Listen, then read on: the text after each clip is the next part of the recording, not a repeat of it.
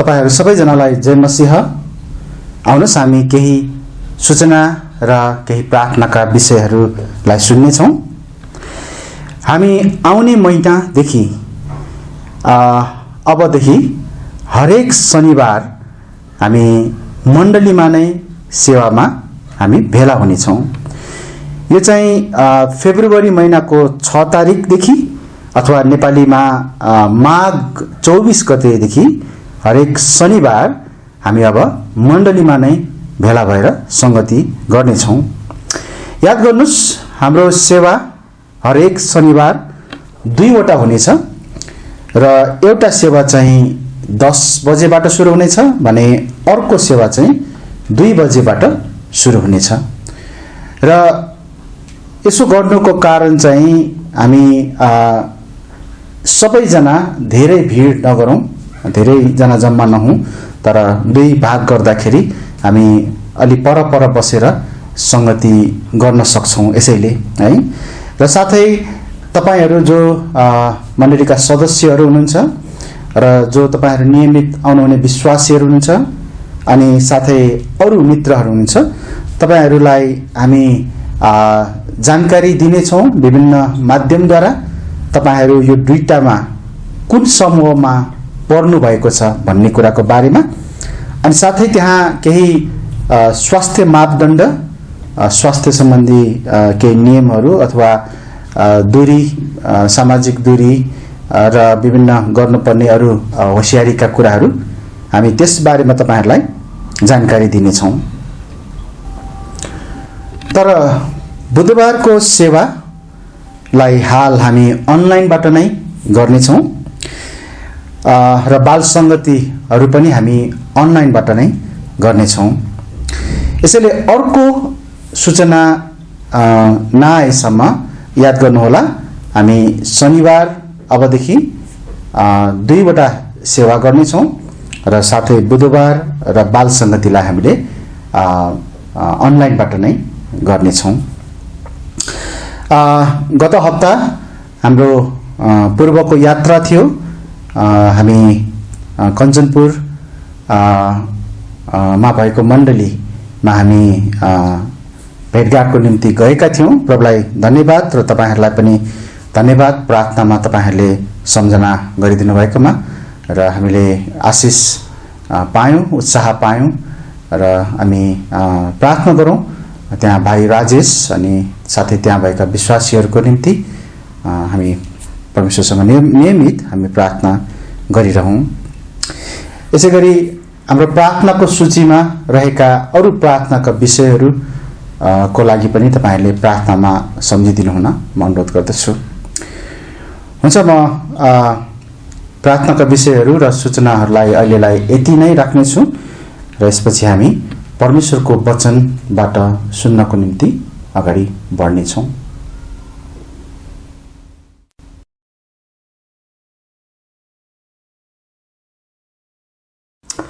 आउनुहोस् हामी वचनको भागमा अगाडि बढ्ने छौं। हामीले केही हप्ताहरूदेखि रुथको पुस्तकबाट अध्ययन गरिरहेका थियौं र आज हामी भाग 4 मा हामी आइपुगेका छौं र यो अन्तिम पनि हुनेछ। आज अन्तिम हुनेछ। हामी सुरुमा रुथको पुस्तकबाट एउटा पदलाई चाबी पदको रूपमा आज प्रयोग गर्नेछौं सुरु गर्नको निम्ति।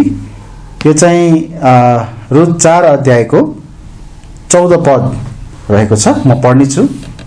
यहाँ यस्तो लेखिएको छ, अनि स्त्रीहरूले नाओमीलाई भने, परमप्रभु धन्यका हुन् जसले आज तिमीलाई छुटाउनेवाला नातेदार बिना छोड्नु भएको छैन र इजरायलमा उनको नाम प्रसिद्ध होस्।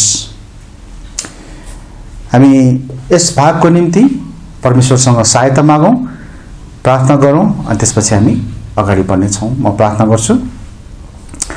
परमेश्वर पिता, हामी फेरि तपाईको सामु आउँदछौं र तपाईसँग हामी सहायता माग्दछौं। तपाई परमेश्वरको सहायता बिना हामी केही पनि कुराहरू जान्न सक्दैनौं। हामीलाई बुझ्नको निम्ति र ठीक कुराहरू जान्नको निम्ति तपाईको अगुवाई, तपाईको सहायताको खाँचो छ। तपाईको आत्मा जो हामी भित्र हुनुहुन्छ, हामीलाई प्रभु सत्यतातर्फ डोर्याउनुस्। हामीले यस रुथको पुस्तकलाई केही हप्ताहरूदेखि अध्ययन गरिरहेका थियौं र आज हामी अन्तिम गर्दैछौं र आज हामी यस पुस्तकले हामीलाई सिकाउने केही मुख्य कुराहरूलाई पनि हामी हेर्नेछौं, जसले हामीलाई हाम्रो जीवनमा छुटकाराको निम्ति कस्तो खालको प्रबन्ध तपाईले गर्नुभएको छ त्यो कुरालाई हामी जान्न सकौं। आजको भागलाई हामी तपाईको हातमा राख्दछौं। हामी अगाडि बढ्दछौं। मलाई अनि सृष्टिलाई सहायता गर्नुस् तपाईको वचन बाँड्न अनि सांकेतिक भाषामा अनुवाद गर्न र साथै अहिले सुन्नुहुने हेर्नुहुने सबै तपाईका प्रियहरूलाई पनि तपाई सहायता गर्नुस्। आशिष माग्छौं प्रभु येशू ख्रीष्टको नाममा, आमेन। अघिल्लो 3 हप्ताहरूमा हामीले अध्ययन गर्यौं कि एलिमेलेकको परिवारले बेथलेहममा अनिकालको कारण मोआबमा गएर बसाई सरे अनि मोआबमा तिनीहरूको बसाई सुखद रहेन। त्यहाँ एलिमेलेक र उनका 2 छोराहरूको मृत्यु भयो र यसले गर्दा उनका पत्नी नाओमी र 2 बुहारीहरूमा ठूलो पीडा थपियो। अन्ततः नाओमीले बेथलेहममा फर्कने निर्णय गरिन् र यस निर्णयमा उनका बुहारी रुथले पनि साथमा जाने अठोट गरिन्। यसमा रुथले बुद्धिमानी निर्णय गरिन्। उनले आफ्नो देश मोआब र त्यहाँको धर्मलाई अनि त्यहाँका आफ्ना परिवारहरूलाई उनले छाडेकी छन्। तर यसको विपरीत चाहिँ उनले नाओमीका मानिसहरू र नाओमीका परमेश्वरलाई आफ्नो भनी स्वीकार गरेका छन्। अनि त्यसपछि दुवैजना बेथलेहम फर्के अनि बेथलेहम फर्केको समय जौको कटनीको सुरुवात थियो र हामीले हेर्यौं कि त्यहाँ रुथले बुद्धिमानी निर्णय त्यहाँ गरेकी थिइन्। त्यसपछि हामीले हेर्यौं कि रुथले नाओमीको अनुमतिमा बोजको बारीमा शिलाहरू टिप्न थालेकी छिन्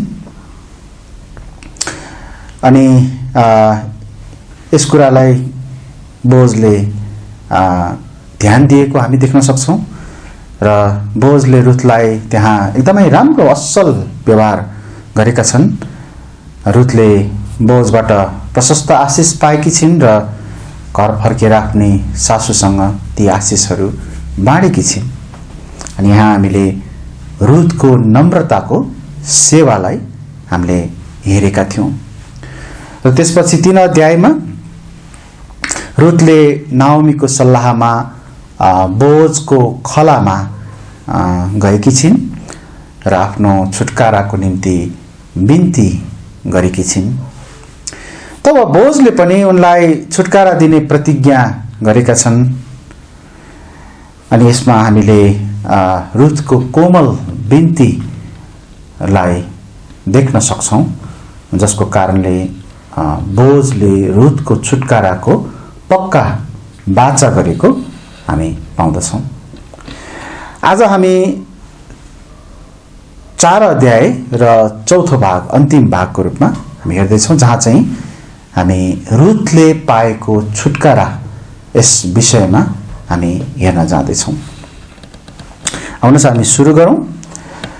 पहिलो कुरा, बोजले त्यो नजिकको नातेदारको सामना गर्छन्। अब 4 अध्यायको सुरुवातमा तपाईले हेर्नुभयो भने बोजले मूल ढोकामा त्यो अर्को नजिकको नातेदारलाई भेटेका छन्। त्यो व्यक्ति त्यहाँबाट हिँडिरहेको थियो अनि बोजले तिनलाई बोलाए। अनि त्यसपछि बोजले शहरका बुढा प्रधानहरूमध्ये 10 जनालाई साक्षीको रूपमा त्यहाँ राखेका छन् है। अब हामी यहाँ के देख्छौँ भन्दाखेरि बोज मात्र होइन, नाओमी र रुथलाई छुटकारा दिने अर्को एकजना पनि नातेदार थिए र वास्तवमा त्यो नातेदार चाहिँ अझ बोजभन्दा नजिकको नातेदार थियो। यसैले पहिला बोजले चाहिँ त्यो नजिकको नातेदारबाट छुटकाराको कार्य त्यहाँ गर्नको निम्ति प्रयास गरेका छन् र बोजले ती नातेदारलाई रुथ र नाओमीलाई छुटाउन भन्छन्। तर हामी पाउँछौँ यहाँनिर कि ती नातेदारले पहिला त छुटाउने इच्छा गर्छ, तर पछि फेरि उनले नसक्ने कुरा बताउँछ। बोजले त्यो नजिकका नातेदारलाई पहिलो सुरुमा चाहिँ त्यहाँ नाओमी र रुथको बारेमा बताएका छन्। अनि बोजले ती नजिकका नातेदारलाई दाम तिरेर नाओमी र रुथलाई छुटकारा दिनको निम्ति भनेका छन्। सुरुमा जब नाओमीको मात्र छुटकाराको कुरा भइरहेको थियो, हामी त्यसरी भन्न सक्छौँ, सुरुमा त्यो नातेदारले नाओमीलाई छुटकारा दिन सक्ने कुरा बताउँछन्, उनले दिन सक्छु भन्छन्। तर जब रुथलाई छुटाउने कुरा त्यहाँ आउँछ, तब उनले त्यो गर्न नसक्ने कुरा बताउँछन्। 6 पदमा एकचोटि हेरौँ। यहाँ यस्तो लेखेको छ, तब ती छुटाउनेवालाले भने, म यसलाई आफ्ना निम्ति दाम तिरेर छुटाउन सक्दिनँ, रुथलाई सक्दिनँ भन्दैछन्। नत्र भने म आफ्नै अधिकारको भाग बिगार्छु, मेरो छुटाउने अधिकार तपाईले नै आफ्ना निम्ति छुटाउनुहोस्, किनकि म यसलाई छुटाउन सक्दिनँ। अब ती नातेदारले रुथलाई छुटकारा दिन नसक्नुको कारण चाहिँ यहाँ बताइएको छ, उनको आफ्नै अधिकारको भाग बिग्रिएला भन्ने कारणले थियो। अब यो कस्तो कुरा हो भन्ने विषयमा धेरै विचारहरू छन्, तर मेरो विश्वासमा चाहिँ यहाँ उनले रुथलाई स्वीकार गर्दा अझ हुनसक्छ त्यहाँ पत्नीको रूपमा स्वीकार गर्दा उनको चाहिँ घरबार बिग्रने अवस्था हुन सक्थ्यो भन्ने कुरा उनले गरेका हुन् है। अब आफ्नै परिवार भएको अथवा पत्नी भएको व्यक्तिले अर्को पत्नी ल्याउनु त्यो ठिक पनि होइन, त्यो व्यवस्थाले पनि मनाइ गरेको छ। सम्भवतः यो हुन सक्छ यहाँनिर है। यसरी हामीले के हेर्यौँ भन्दाखेरि यहाँसम्म त्यहाँनिर छुटकाराको प्रक्रिया अगाडि बढेको छ र एउटा नातेदार सबैभन्दा नजिकको सामु आएको छ त्यहाँ। तर उनले चाहिँ नाओमीलाई त छुटकारा दिन सक्छन् तर रुथलाई सक्दैनन् भन्ने कुरालाई उनले बताउँछन् है। त्यसपछि अब बोजले कदम अगाडि बढाउँछ। बोजले रुथ र नाओमीलाई छुटकारा दिन्छन्। छुटकारा यहाँ 3 आधारमा गरिएको हामी पाउँछौँ, 3वटा आधार हामी पाउँछौँ। सबभन्दा पहिला पद 7 मा भनेको छ, यो चाहिँ एउटा प्राचीन प्रथा थियो इजरायलमा, त्यसको आधारमा है। यहाँ भनेको छ, म पढ्नेछु। अब प्राचीन कालमा इजरायलमा दाम तिरेर छुटाउने सम्बन्धमा र साट्ने सम्बन्धमा यस्तो प्रथा थियो, सबै कुराहरू पक्का गर्नलाई मानिसले आफ्नो जुत्ता फुकाल्थ्यो र त्यो आफ्नो छिमेकीलाई दिन्थ्यो अनि इजरायलमा यसरी नै साक्षी राखिन्थ्यो। यहाँनिर हामी देख्छौँ इजरायलीहरूको माझमा एउटा प्रथा रहेछ, छुटकारा दाम तिरेर छुटाउने बारेमा सम्बन्धमा। अनि यो चाहिँ यस्तो प्रथा हो वास्तवमा जुन चाहिँ व्यवस्थाले पनि यसलाई देखाएको छ अथवा व्यवस्थाले पनि यसलाई प्रकट गरेको छ। अर्को आधार चाहिँ त्यही नै हो, परमेश्वरको वचन है, व्यवस्था। र व्यवस्थाको पुस्तकमा नै 25 अध्यायको हामी 7 पददेखि 10 पदसम्म हेर्छौँ भने दाम तिरेर छुटाउने सम्बन्धमा त्यहाँ नियमहरू दिएको छ। हामी त्यो पढ्ने छैनौँ, तर यहाँनिर म तपाईहरुलाई के बताउन चाहन्छु भन्दाखेरि हाम्रो पनि समाजमा हामीमा पनि त्यहाँनिर प्रथाहरू हुन सक्लान् है। तर यदि ती प्रथाहरू परमेश्वरको वचनसँग मेल खाने छ भने निश्चय नै हामीले त्यसलाई प्रयोगमा ल्याउन सक्छौं, त्यो वचनमा आधारित भएकै कारणले गर्दाखेरि हैन। तर यदि त्यो मानिसको आफ्नो प्रथा जुन चाहिँ परमेश्वरको वचनसँग मिल्दैन भने हामीले त्यस्ता प्रथाहरूलाई हामीले आफ्नो समाजबाट हाम्रो जीवनबाट त्यसलाई हटाउनु पर्छ, किनकि कतिपटक त्यस्ता प्रथाहरूले हामीलाई परमेश्वरको वचनको विरुद्धमा उभ्याउँदछ है। यसैले इजरायलमा त्यहाँ प्रथा थियो, त्यो प्रथा व्यवस्था अनुसार नै थियो। अर्को कुरा यहाँनिर 10 जना बुढा प्रधानहरू र मानिसहरूको साक्षीमा यो छुटकाराको कार्य गरिएको छ। निश्चय नै विभिन्न समाजमा गरिने निर्णयहरूमा त्यहाँ साक्षीहरूको आवश्यक हुन्छ र बाइबलले हामीलाई त्यो कुराको बारेमा बारम्बार बताउँदछ कि 2 वा 3 जनाको साक्षीले कुनै कुरालाई पक्का गरोस्, प्रमाणित गरोस् हैन। अनि यहाँ पनि हामी धेरैजना साक्षीहरू राखिएको देख्न सक्छौं। पद 9 मा भनिएको छ, अनि बोजले ती बुढा प्रधानहरूलाई र सबै मानिसहरूलाई भने, आज तपाईहरू साक्षी हुनुहुन्छ।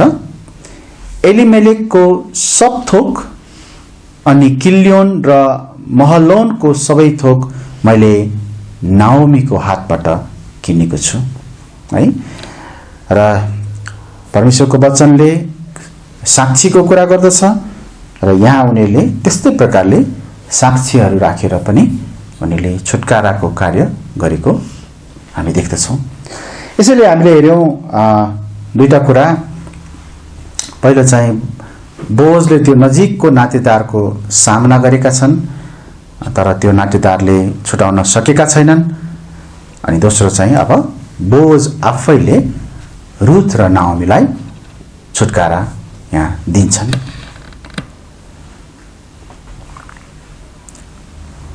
अब हामी तेस्रो कुरालाई हेरौँ। अन्तमा बोअजले रुथलाई आफ्नो पत्नी तुल्याउँछन्। रुथ अब बोअजको पत्नी हुन्छन्। पद 13 मा यहाँ यसरी लेखिएको छ, यसरी बोअजले रुथलाई लगे अनि उनी तिनकी पत्नी भइन्। अनि जब तिनले उनीसँग सहवास गरे तब परमप्रभुले उनलाई गर्भधारण दिनुभयो अनि उनले एउटा छोरा जन्माइन्। यसरी हामी देख्छौँ अब बोअजले रुथलाई र नाओमीलाई छुटकारा दिएपछि रुथलाई चाहिँ आफ्नो पत्नीको रूपमा लिएका छन्। बोअज र रुथको एउटा छोरा पनि हुन्छ। यहाँनिर हामी 13 पदमा त्यही पढ्न पाउँछौँ। र त्यसपछि नाओमीले पनि छुटकारा पाइन् भन्ने कुरालाई पनि 14 पदमा यहाँ उल्लेख गरिएको छ।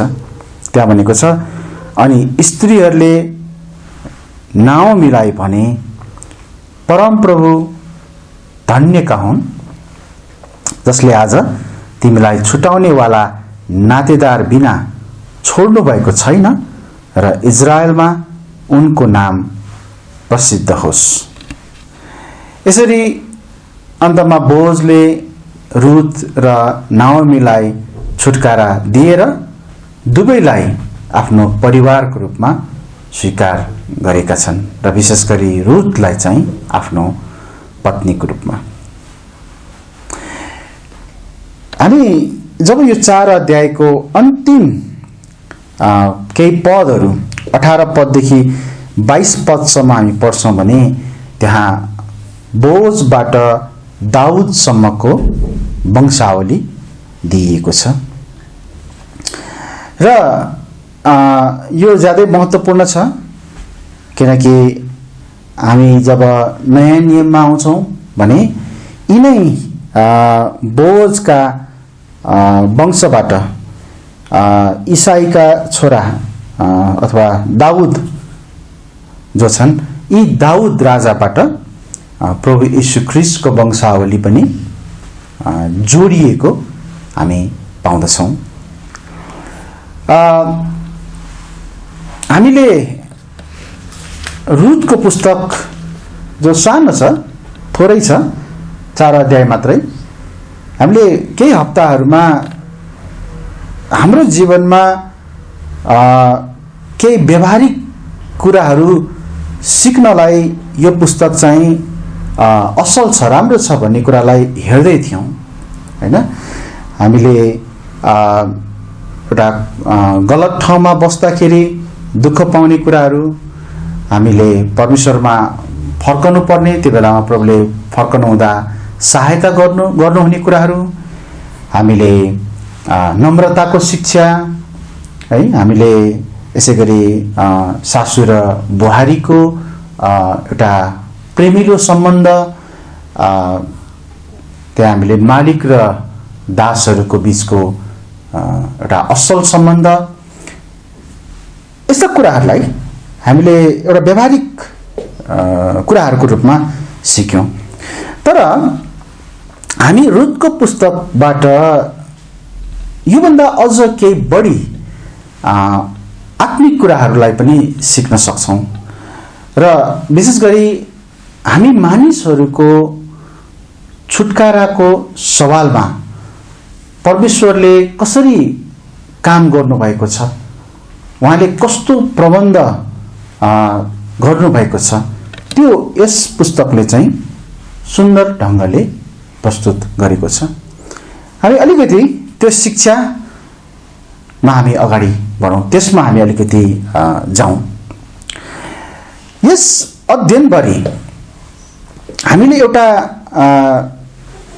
छुटकारा पाउन खोज्ने दासी रुथको जीवनको बारेमा हेर्यौँ। साथै उनलाई छुटकारा दिने व्यक्ति बोअजको बारेमा हेर्यौँ। परमेश्वरले यस पुस्तकलाई बाइबलमा मात्र एउटा ऐतिहासिक घटनालाई हामीले पढ्न सकौँ भनेर दिनुभएको होइन। यो ऐतिहासिक घटना हो, तर यहाँ त्यति मात्रै कुरा छैन। परमेश्वरले त्यतिको लागि मात्र दिनुभएको होइन। यहाँ छुटकाराको एउटा सुन्दर चित्रण छ, एउटा राम्रो चित्रण छ, जसलाई सबै मानव जातिले बुझ्न जरुरी छ। एकपटक हामी यस पुस्तकमा रहेका केही पात्रहरूको चित्रणलाई बुझौँ न है। यस पुस्तकमा रहेका केही व्यक्तिहरूको चित्रणलाई हामी एकचोटि हेरौँ। जस्तो बोअज हाम्रो पापबाट दाम तिरेर छुटकारा दिनुहुने येशू ख्रीष्टको चित्रण हो है। बोअजले के गरे त? दाम तिरेर छुटकारा दिने कार्य गरे। येशूले पनि त्यस्तै गर्नुभयो है। नाओमी चाहिँ पापबाट छुटकारा पाउनु पर्ने एक इजरायलीको रूपमा यहाँ चित्रण हामी पाउँछौँ। इजरायल जातिले पनि आफ्नो पापबाट छुटकारा पाउनु आवश्यक छ र इजरायल जाति चाहिँ यहाँ नाओमी हामी चित्रणको रूपमा हामी देख्न सक्छौँ। यसै गरी रुथ पापबाट छुटकारा पाउनु पर्ने एक अन्य जाति हुन् र इजरायल मात्र होइन, यो संसारमा रहेका बाँकी जातिहरू, जसलाई बाइबलले अन्य जातिहरू भनेको छ, अन्य जातिहरूले पनि आफ्नो पापबाट छुटकारा पाउन जरुरी छ। अनि जसलाई चाहिँ जसको चित्रको रूपमा चाहिँ हामी यहाँ रुथलाई देख्न सक्छौँ। र साथै ती अर्का नजिकका नातेदार जुन थिए, हामी त्यो नातेदार चाहिँ हामीलाई पापबाट छुटकारा दिन नसक्ने व्यवस्थाको चित्रण हो। हेर्नुहोस् है, हाम्रो एउटा हाम्रो पापको सवालमा हाम्रो एउटा नातेदार जो व्यवस्था हामी भन्न सक्छौँ, व्यवस्थाले चाहिँ हामीलाई छुटकारा दिन सक्दैन।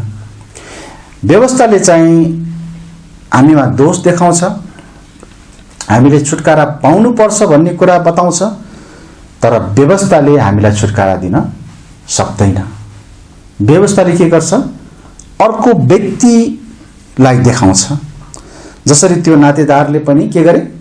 म त सक्दिनँ तर बोअजले सक्छ भनेर बोअजतर्फ देखाइदिए है।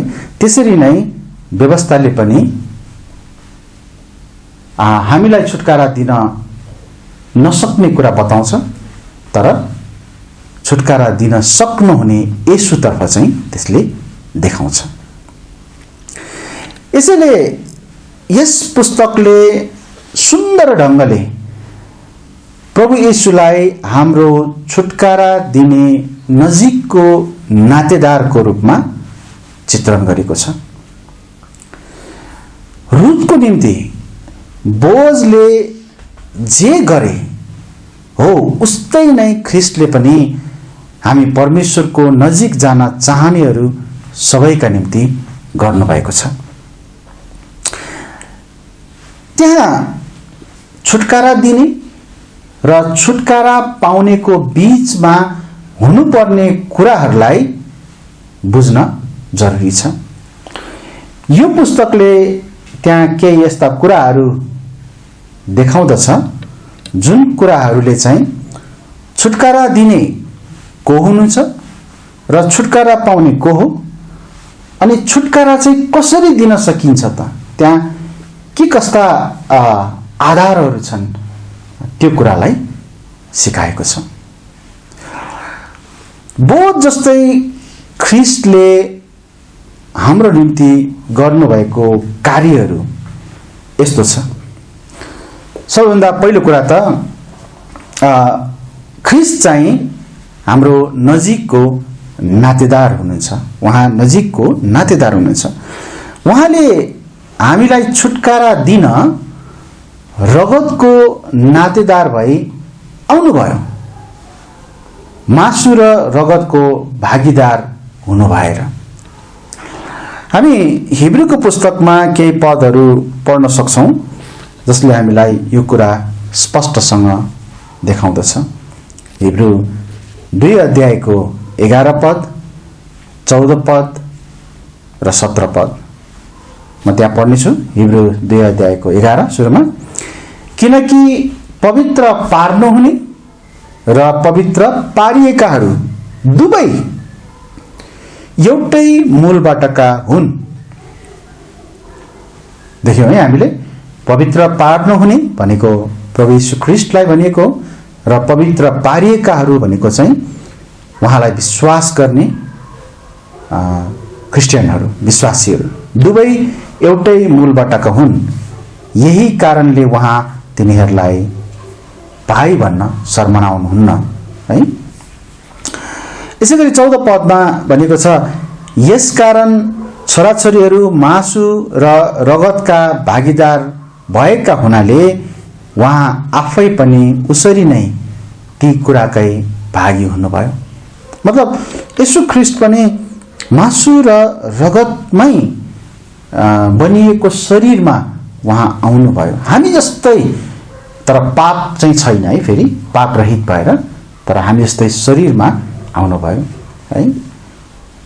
17 पदमा भनेको छ, यसकारण मानिसहरूका पापहरूका प्रायश्चित गर्नलाई परमेश्वरसँग सम्बन्ध राख्ने कुराहरूमा दयालु र विश्वासयोग्य महापुजारी हुनका निम्ति उहाँ सबै कुरामा आफ्ना भाइहरू समान हुनु परेको थियो।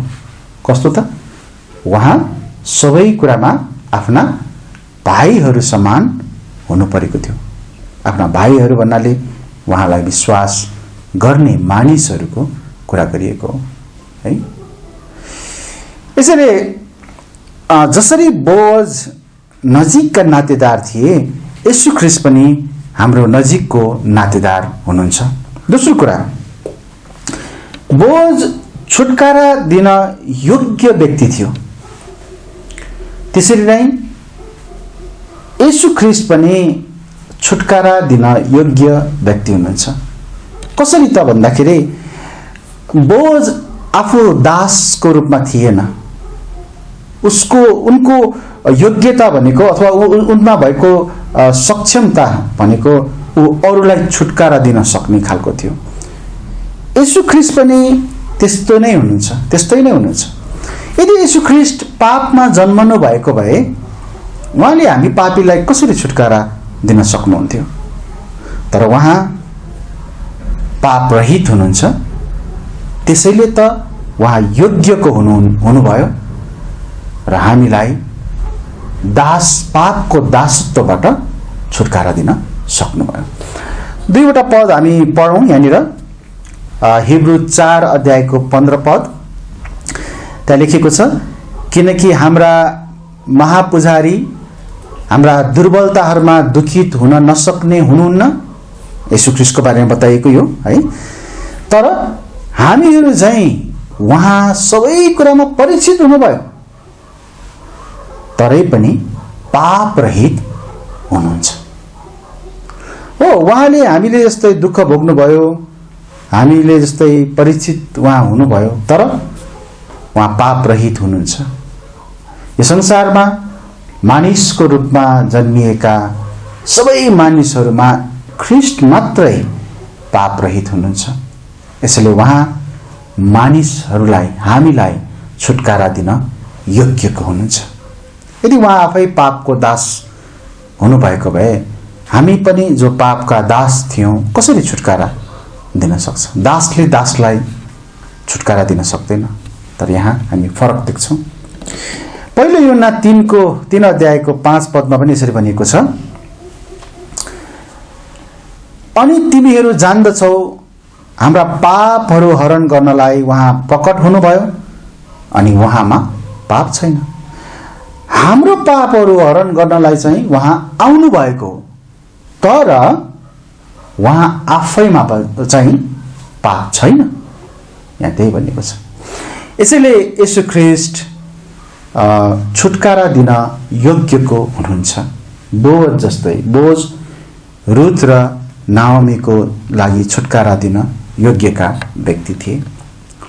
यसै गरी छुटकाराको दाम तिर्न सक्ने व्यक्ति बोअज थिए। बोअजले दाम तिरेर छुटकारा रुथ र नाओमीलाई दिन सक्थे। हामी देख्छौँ येशू ख्रीष्ट पनि उहाँले हामीलाई छुटकारा दिन आफ्नो धन खर्चनु भएको छ। उहाँले सक्नु भएको छ छुटकाराको मोल तिर्नको निम्ति, है। पहिलो कोरिन्थी 6 अध्यायको 20 पदमा यसरी लेखिएको छ। पहिलो कोरिन्थी 6:20 मा, किनकि तिमीहरू दाम तिरेर किनिएका हो, है। किनकि तिमीहरू दाम तिरेर किनिएका हो, यसकारण आफ्नो शरीर र आफ्नो आत्मामा परमेश्वरको महिमा गर जो परमेश्वरका हुन्।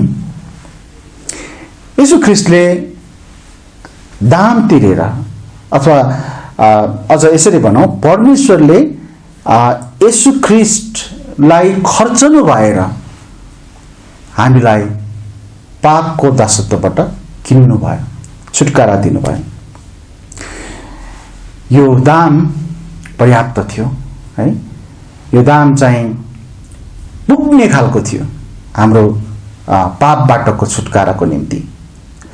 पहिलो पत्रुस 1 अध्यायको 18 पद र 19 पदमा पनि हामी पढ्न पाउँछौँ। त्यहाँ भनेको छ, किनकि तिमीहरू जान्दछौ तिमीहरूका पिता पुर्खाहरूदेखि चलिआएको तिमीहरूको व्यर्थको चालचलनबाट तिमीहरूले चाँदी र सुन जस्ता नाश हुने चिजहरूद्वारा छुटकारा पाएका होइनौ, तर निर्दोष र निष्कलङ्क थुमाको रगत अर्थात् ख्रीष्टको बहुमूल्य रगतद्वारा छुटकारा पाएका हो। हामीले छुटकारा पाएको चाहिँ त्यो दामबाट हो जुन तिरिएको छ, जुन दाम चाहिँ येशू ख्रीष्ट स्वयं हुनुहुन्छ। यसैले छुटकारा दिनको निम्ति दिनुपर्ने दाम चाहिँ उहाँ दिन सक्नुहुन्थ्यो, है। र उहाँले त्यो दिनुभयो, खर्चनु भयो, हामीलाई छुटकारा दिनुभयो। यसै गरी छुटकारा दिने व्यक्ति छुटकारा दिनको निम्ति राजी पनि हुनुपर्छ। बोअज राजी थिए नाओमी र रुथलाई छुटकारा दिनको निम्ति। अनि हामी देख्छौँ येशू ख्रीष्ट पनि हामीलाई छुटकारा दिनको निम्ति राजी हुनुहुन्थ्यो। उहाँ आफ्नै इच्छाले, है, उहाँले चाहिँ हामीलाई छुटकारा दिनुभएको। उहाँलाई कसैले कर गरेको होइन, बाध्य तुल्याएको होइन, है, जबरजस्ती गरेको होइन, तर उहाँ आफ्नै खुसीले आफ्नै इच्छाले त्यो गर्नुभयो। बाइबलले भन्दछ यूहन्ना 10 अध्यायको 15 पद र 18 पदमा म पढ्नेछु। यस्तो भनिएको छ, जसरी पिताले मलाई चिन्नुहुन्छ उसरी नै म पितालाई चिन्छु, अनि म भेडाहरूका निम्ति आफ्नो प्राण अर्पण गर्छु, है। म भेडाहरूका निम्ति आफ्नो प्राण अर्पण गर्छु, मतलब उहाँलाई कसैले कर गरिएको होइन, उहाँ आफ्नै इच्छाले यो गर्दै हुनुहुन्छ। हाम्रो निम्ति प्राण अर्पण गर्नुभयो उहाँले। 18 पदमा भनेको छ, कसैले यसलाई मबाट खोसेर लाँदैन, तर म आफै यसलाई अर्पण गर्छु, म आफै यसलाई अर्पण गर्छु, यसलाई अर्पण गर्ने मेरो अधिकार छ र यसलाई फिर्ता लिने पनि मेरो अधिकार छ। यो आज्ञा मैले मेरा पिताबाट पाएको छु। यहाँ पनि हामी देख्छौँ प्रभु यीशु ख्रीष्टले भन्दै हुनुहुन्छ, म आफैलाई अर्पण गर्छु, यसमा मेरो अधिकार छ। पहिलो तिमोथी 2 अध्यायको 6 पदमा यहाँ यस्तो लेखिएको छ। पहिलो तिमोथी 2 अध्यायको 6 पदमा, जसले सबैका लागि छुटकाराको दामको रूपमा आफैलाई दिइहाल्नुभयो। है, सबै मानव जातिको छुटकाराको निम्ति दामको रूपमा यीशु ख्रीष्टले आफैलाई दिनुभयो। है, कसैले जबरजस्ती गरेको थिएन, होइन, जसको साक्षी ठिक समयमा दिइयो। यसरी हामीले हेऱ्यौँ बोझ छुटकारा दिन जसरी राजी थिए, हामी देख्छौँ यीशु ख्रीष्ट पनि हाम्रो पापबाट हामीलाई छुटकारा दिन आफैलाई दिएर उहाँ राजी भएर आफूलाई अर्पण गरेर उहाँले यो गर्नुभएको छ। र यसै गरी हामी हेर्छौँ भने सबै स्वीकार गर्न तयार हुनुहुन्थ्यो यीशु ख्रीष्ट। है, हाम्रो जीवनमा उहाँले जब छुटकाराको काम गर्नुभयो त्यसपछि उहाँले हामीलाई स्वीकार गर्न तयार हुनुभयो। जसरी बोअजले रुथ र नाओमीलाई छुटकारा दिइसकेपछि उनीहरूलाई परिवारको रूपमा र रुथलाई पत्नीको रूपमा स्वीकार गरे, त्यसरी नै यीशु ख्रीष्टले पनि हामीलाई स्वीकार गर्नुभएको छ छुटकारा पछि पनि। है, रोमी 7 अध्यायको 4 पद एकचोटि पढौँ। यहाँ यस्तो लेखेको छ रोमी 7को 4मा, यसकारण हे मेरा भाइहरू हो, परमेश्वरका निम्ति फल फलाऊ भनेर अर्का व्यक्तिका अर्थात् जो मरेकाहरूबाट बौरेर उठ्नु भएको छ उहाँका हुनलाई तिमीहरू पनि ख्रीष्टको शरीरद्वारा व्यवस्थाका निम्ति मरेका भए। है, यहाँनिर पावलले विश्वासीहरूलाई भन्दैछन् कि उहाँका हुनलाई, है, तिमीहरू ख्रीष्टको शरीरद्वारा व्यवस्थाका निम्ति मरेका भयो। मतलब यहाँनिर पावलले के भन्दैछन् भन्दाखेरि यीशु ख्रीष्टले हामीलाई छुटकारा मात्रै दिनु भएको होइन, तर उहाँको हुनलाई पनि उहाँले लिनु भएको छ। हामीलाई छुटाउनु मात्र भएन, तर आफूसँग लिनुभयो, साथमा राख्नुभयो। त्यही भएर त हामी बाइबलमा पढ्न पाउँछौँ पहिलो यूहन्ना 4:19मा हामी उहाँलाई प्रेम गर्छौँ, तर त्यहाँ भनेको छ किनभने उहाँले पहिले हामीलाई प्रेम गर्नुभयो, उहाँले हामीलाई अपनाउनु भयो, स्वीकार गर्नुभयो, आफ्नो बनाउनु भयो, छुटकारा दिएर। है, यो कुरा हामी यहाँ देख्न सक्छौँ। यसैले प्रियहरू, छुटकाराको निम्ति त्यहाँ केही कुराहरू जरुरी छ। जसरी बोजले रुथ र नाओमीलाई छुटकारा दिँदा त्यहाँ केही योग्यताहरू को आवश्यकता थियो, त्यसरी नै ख्रीष्टले पनि हामीलाई छुटकारा दिनुहुँदा त्यहाँ केही कुराहरू जरुरी थियो, जसमा एउटा छुटकारा दिने व्यक्ति हाम्रो नजिकको नातेदार हुनुपर्ने थियो, उहाँ हुनुहुन्छ। छुटकारा दिने व्यक्ति आफै योग्यको हुनुपर्छ, अर्थात् हामी पापीलाई छुटकारा दिने व्यक्ति पाप रहित हुनुपर्छ, उहाँ त्यसको योग्यको हुनुहुन्छ। छुटकाराको दाम तिर्न सक्ने हुनुपर्छ। जब यीशु ख्रीष्टले हामीलाई छुटकारा दिनुभयो उहाँले त्यो पुरै आफ्नो धन खर्चनु भयो, त्यो पर्याप्त थियो। होइन, त्यहाँ छुटकारा दिन नसक्ने खालको मोल उहाँले खर्चनु भएको थिएन। है, उहाँले खर्चनु भएको पर्याप्त थियो। यसै गरी छुटकारा दिने व्यक्ति राजी हुनुपर्ने थियो छुटकारा दिनलाई। यीशु ख्रीष्ट हामीलाई छुटकारा दिन राजी हुनुहुन्थ्यो, उहाँलाई कसैले कर गरेको थिएन, उहाँले आफ्नै इच्छाले छुटकारा दिनुभयो। त्यसै गरी छुटकारा पछि उहाँले हामीलाई स्वीकार पनि गर्नुभयो, सधैँ नै उहाँसँग रहनको निम्ति। रुथले जस्तै हामीले केही कुराहरू गर्नुपर्छ। जसरी रुथले 1 अध्यायको 6 पदमा निर्णय गरे, तपाईको परमेश्वर मेरो परमेश्वर भनेर।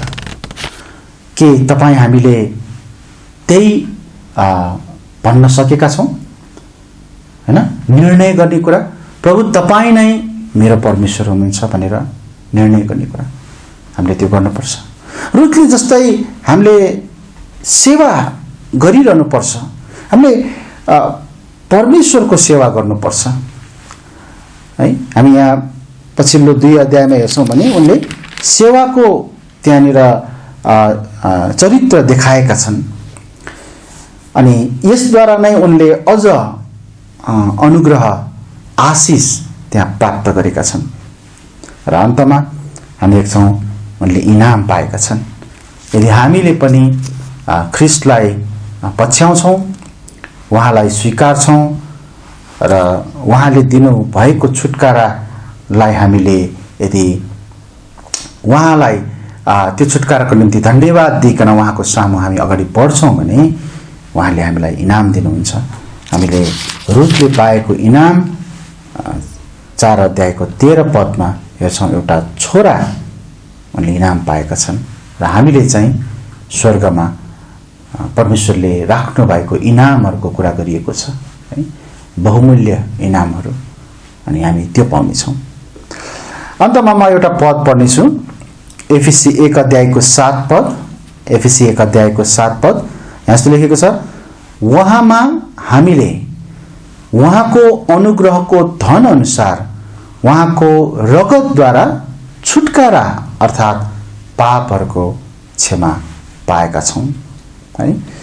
उहाँले आफ्नो अनुग्रहको धन अनुसार, जो चाहिँ उहाँको रगत हो, रगतद्वारा हो, हामीलाई छुटकारा दिनुभएको छ। छुटकारा भने के हो त? यहाँ भनेको छ हामीले पापहरूको क्षमा पाएका छौँ।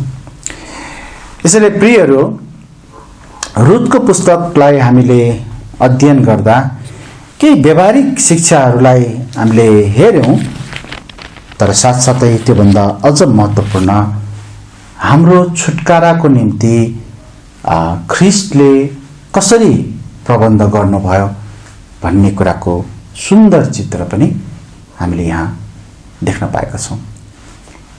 बोझ ख्रिस्टको चित्रण हो। ख्रिस्ट हाम्रो नजिकको नातेदार हुनुहुन्छ र हामीलाई उहाँ छुटकारा दिनको निम्ति योग्यको हुनुहुन्छ। के तपाईँले छुटकारा पाउनु भएको छ? आफ्नो नजिकको नातेदारको रूपमा ख्रिस्ट कहाँ जानुहोस्, म तपाईँसँग त्यही अनुरोध गर्दछु।